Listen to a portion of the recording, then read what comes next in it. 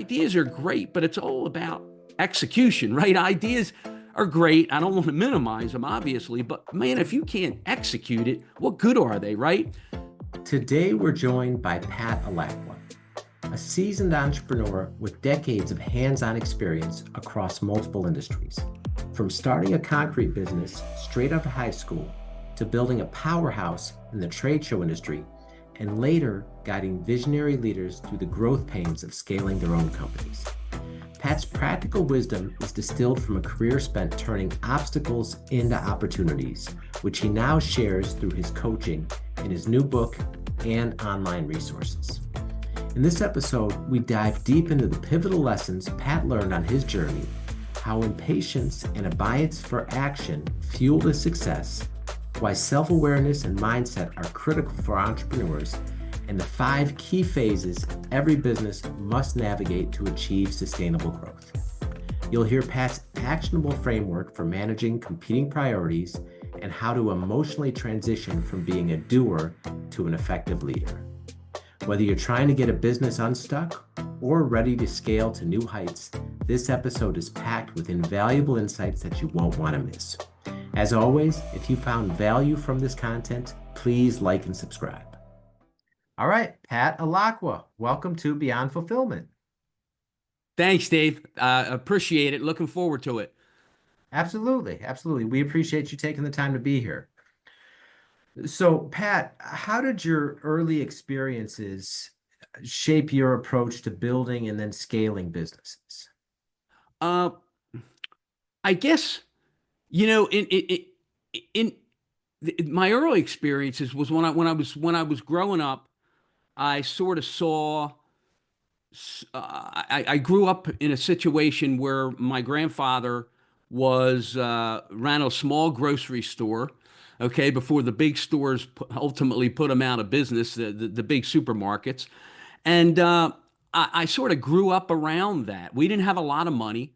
My great parents that gave me so much, but we didn't have a lot of money. But I watched business from how my grandfather ran this little grocery store, and I always said, hey, I think I want to go into my own business, right?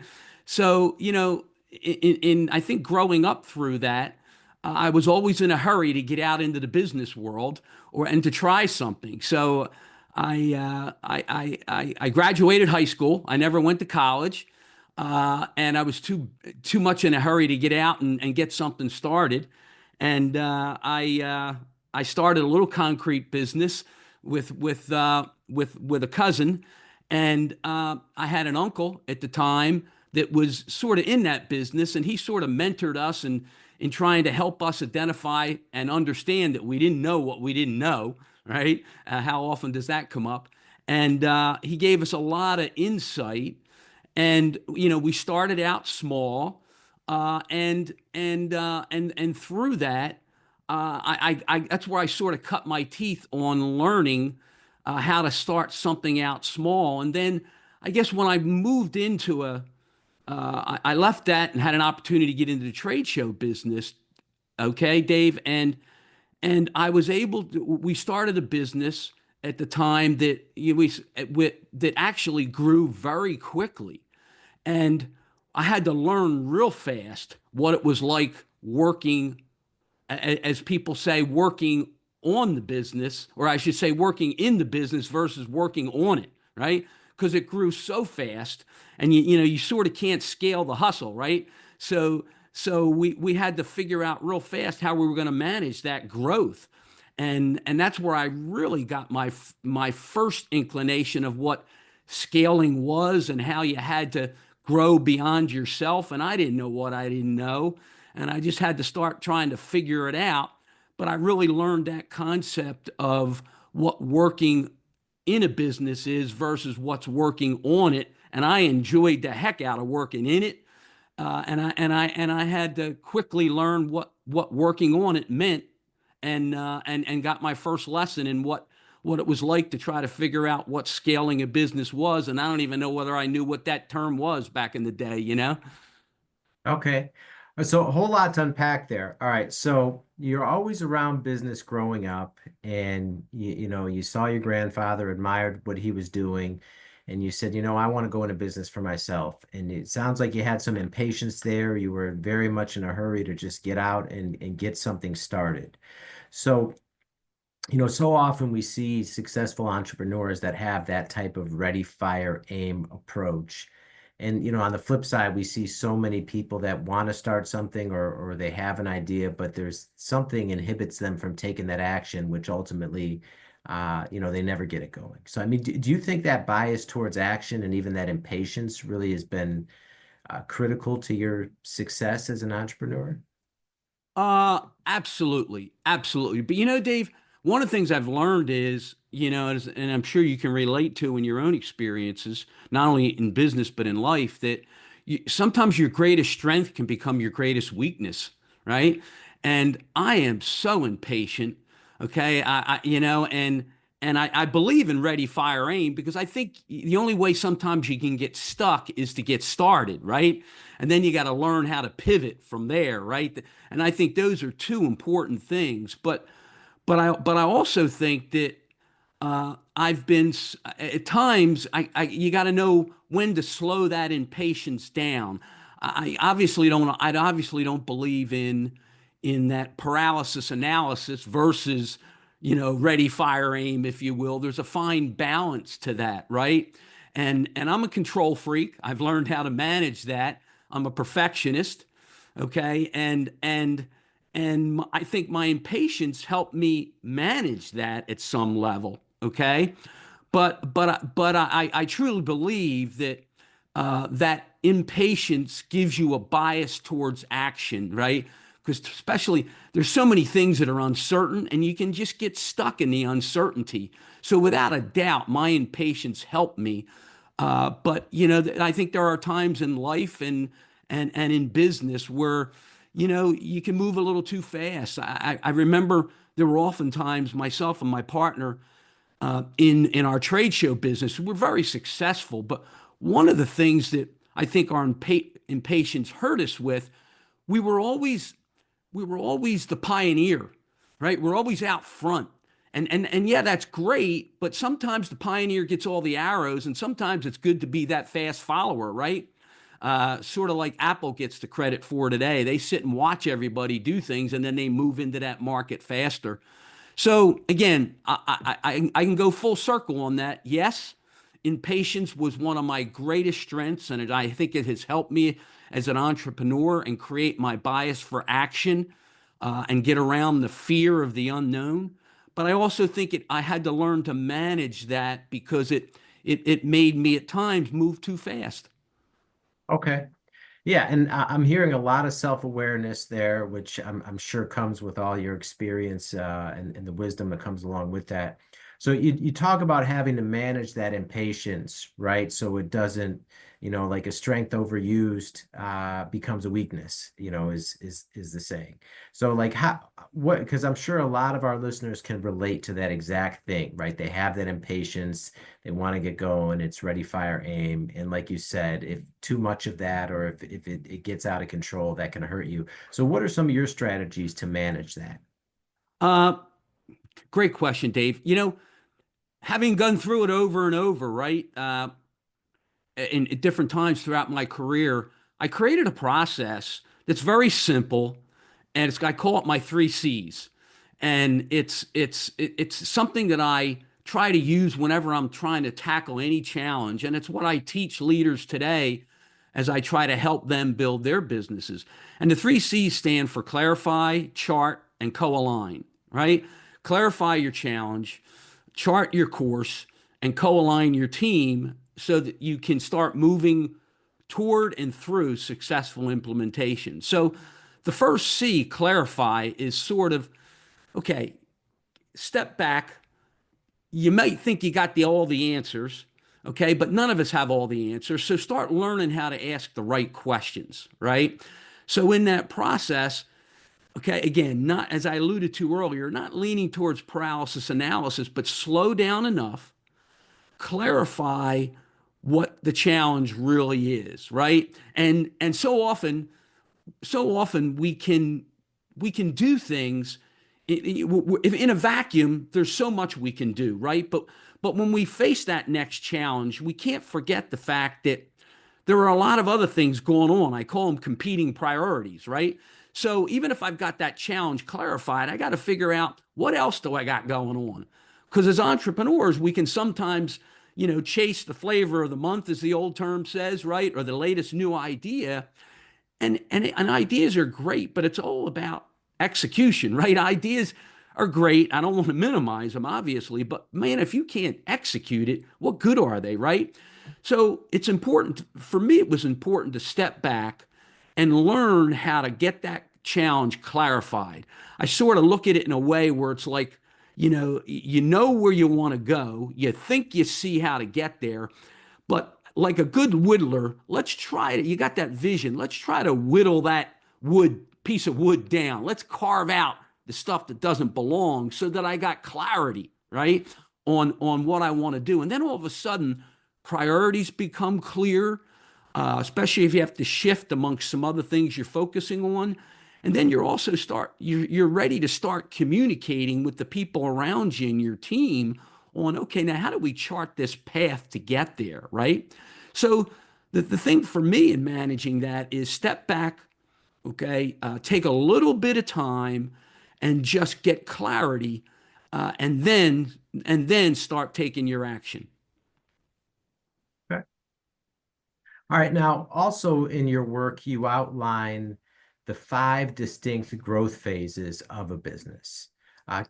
Can you talk more about those and why it's so important for entrepreneurs to be aware of those? Uh, Absolutely, Dave. Every business, I talk to people in many different industries, right? And we all think that the business that we're focused on is so different from one in another industry, right? And yes, it is, but so much of it's the same, right? And every business goes through these phases, right? And it's termed in a lot of ways, but you go through that phase where you have an idea, right? You have an idea, then all of a sudden you've got to develop that idea into a concept and move it into a startup. Then you move from startup into a growth phase, right? And then you move into that maturity phase, right? Where, okay, we're coming through growth, we're settling down. Now it's time to build that sustainable business, right? And and that maturity phase, when you're out of growth and you're moving into that maturity phase, two things can happen. You can build that sustainable business, or because you didn't recognize something, okay, and it's that one thing, in my opinion, you have to recognize at every single phase that you're moving through, you could actually decline, right? So you go from startup to maturity. I mean, it's from startup to growth to maturity to sustainable or decline, right? And then that's where turnarounds and reinvention come in, right? And every business, that's a path that's before you, and you can make choices on how you manage or navigate that path. And I think the biggest the biggest thing to recognize, there's so many challenges we face, as you know, in managing and navigating that path, but the biggest thing that I find in managing that is to recognize that what got you there, what got you here will not get you there, right? So it's one, just to understand those different phases and the characteristics that may go along with those phases, but then to recognize that the success that got me here is not going to get me through that next phase. So how do you stay focused on what you're doing now, but anticipate that next phase in a way that you're ready to make that transition? And the first step is to recognize that just because of what I'm doing has been successful doesn't mean it's going to keep being successful. And if it's not because of failure, it's actually because of success, right? And don't beat yourself up when you start facing those growing pains, because those, when you don't make that transition effective, or you don't notice it, you face growing pains, and people look at those things as problems, and they're really not. They're actually come from success. So in coming full circle to quickly answer that question after I've been long-winded through it, it is recognize the phases and then recognize that what got you here will not get you there to the next phase, if that makes sense, Dave. Yeah, it makes sense. And in a way, it's almost cliche these days because we hear a lot of people in the personal development world saying that too, in terms of evolution and what got you here is not going to get you to the next level. So, and so much easier said than done, right? Particularly when you've had success and you've reached a certain level. And then, like you said, what got you to that point is not going to get you to that next, that next level you're trying to attain. So you talk about being aware and then being able to, I guess, transition or evolve into that next version that you need to be. So what are some strategies entrepreneurs can use to do that, given that they're going to have to make a change from what got them to their current level of success? Uh, I think there's many. I think one core one for me, and that I try to, sometimes it's about exactly how you do something, Dave, right? Sometimes it's about the mindset. How I always try to say you have to think differently, you have to plan differently, and you have to execute differently. Now, those are very broad terms, right? But I think at the foundation of managing that change, those three things are always at the foundation. And I think for an entrepreneur, uh, I faced this. I quite frankly, I made the transition late. It was very stressful, very painful emotionally, but it was making that transition from that entrepreneurial company where I was the doer and I got all my satisfaction out of getting everything done, right? And had to manage that transition to where I got things done through others. And we had to put systems and processes in place. So I always call it, one without the other, you can't be successful. You got to have a great blend between entrepreneurism and management systems, or the quote unquote professional management term, right? And and but you can't throw away the entrepreneurism. That attitude of getting things done. I'm going to climb the mountain, all the energy and the satisfaction of results. But in making that transition from doer to uh, to leader or to manager or to getting things done through other things or through other people. And I think the biggest thing is people start throwing systems at you, right? You got to do this, you got to do that, whether it be an MBO system, whether it be a KPIs, right? Whether it be all these different things that are out there, right? The EOS system. And quite frankly, I get them. I don't understand all of them. I mean, I understand all of them, but I couldn't speak to all of them. But I think what's missed is no one helps us as entrepreneurs understand the psychological or the emotional shift that we have to make. And and it's three things that we have to help. And we're not psychologists, so we can't coach people through that. But I think just staying focused on these three things, it helps us find our way. And that is one, we got so much satisfaction out of the results that we produced in how we felt about ourselves, right? I got really excited because I accomplished this, okay? Or I really enjoy being in control. And when I'm in control of things, I feel good, okay? And that's what's responsible for my success, right? And then there's that third thing where we all need validation at different times from different things, right? Everybody to some degree wants to feel liked. They want to feel like people like them. And how we manage that inner game is so important in making that transition for the how, okay? And everyone talks about the systems because how to, especially in today's world, there's so much knowledge thrown at us, right, Dave? And what's actionable knowledge? So we're always looking for the checklist. We're always looking for the next thing to do, which is all important. But I think the mindset shift in making that change, okay, in how to think differently plan differently and execute differently is so important. And I try to help leaders because I had to go through this myself because I'm still a control freak, okay? But I've learned to manage that, right?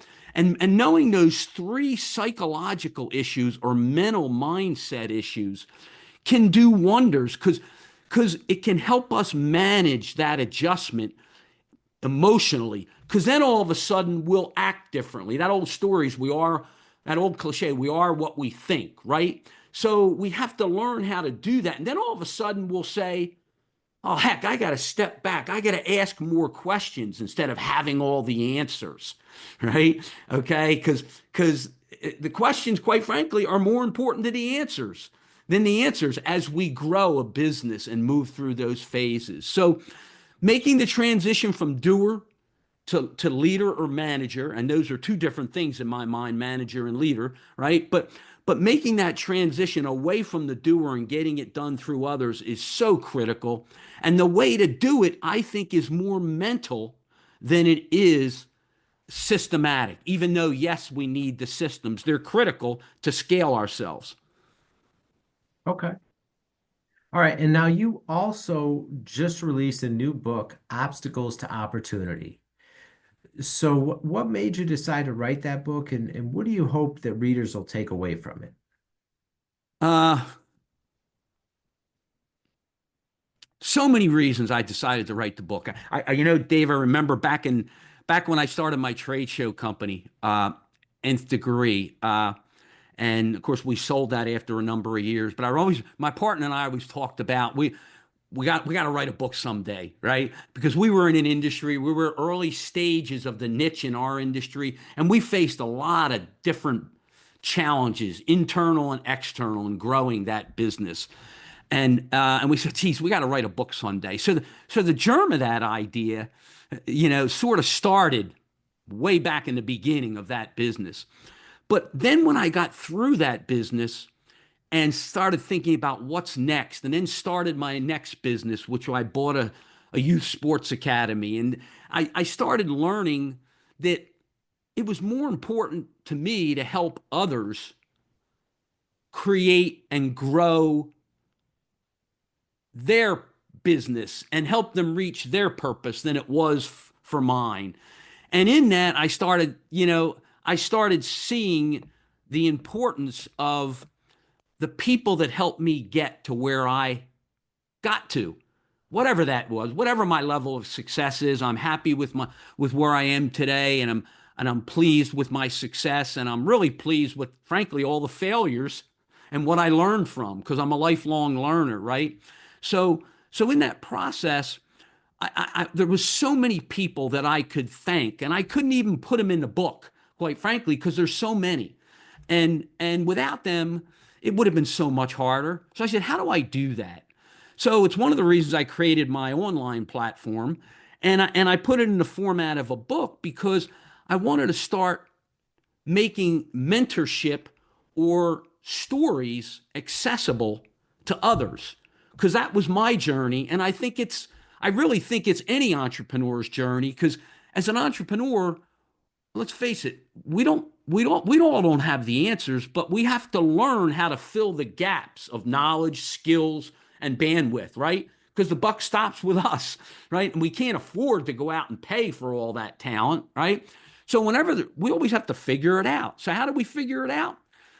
I found it out by going to people who had been where I wanted to go, and they paid it forward. So my book, quite frankly, is my way of trying to pay it forward. Okay, and in that, it's why we created a lot of how to. It's filled with a lot of good stuff, and I'm not selling the book right now. I'm trying to really give a framework to it, Dave, where there's stories in it, and it's of people that either I've worked with or have been people that I know that have been wanting to pay it forward with me, and they allowed me to pay their story, tell their story, and play it and pay it forward, right? So I added some of my own thoughts, and I included many others because it was my journey. So this book is sort of my path to entrepreneur to enterprise or obstacles to opportunity, if that makes sense. And and I wanted to include a lot of smart people because the people that I work with, there's a lot of smart people, but we all get stuck. And we just need to know sometimes how to get unstuck and how to pivot. So, why did I write the book? It was sort of my way of saying to people, you're not alone. There's a better map. And the leaders in this book, they're not superheroes. They just learned how to turn the hardest parts of the journey into leverage. And maybe we can help you do it too. Okay. Yeah, love that. Love that. We could all use advice on that for sure.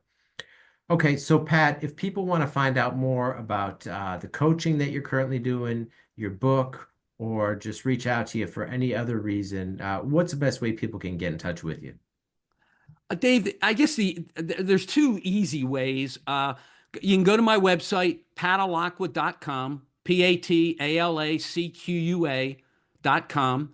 And on there, everybody, there's a lot of free content, just like a lot of the models out there today, right, Dave? You can get some good free content on the topics we've talked about today. I've got some premium stuff, some master classes, some online courses, and there's also ways of that people can access me if they want to explore how maybe we can personally work together, right? And also on LinkedIn, just look up Pat Alacqua. I try to spend some time on there. I put a lot of free content on there. My journey today is learning, and it's all about collaboration, Dave. So I'm always looking to talk to people that are facing challenges because I always like to say I don't want to be the smartest person in the room. I'm not the smartest person in the room. I love it when there's people that have, and my definition of smart is intelligence. I mean, it's not intelligence, it's the experiences that we've had, right? So I'm always looking for people with other experiences that I can add value and I can continue to learn from. So those are probably the two best places, my platform and LinkedIn, and love to talk to people that are trying to figure out how to get unstuck and get through that next challenge. Okay. All right. We'll link all that in the show notes for everyone so they can check it out. Okay. Well, Pat, thank you so much for taking the time to be here and sharing all this valuable wisdom from your journey with our audience. We greatly appreciate it. Thanks, Dave. Thanks for your time. I really appreciate it. All right. And that's all the time we have for now. We will see you next time.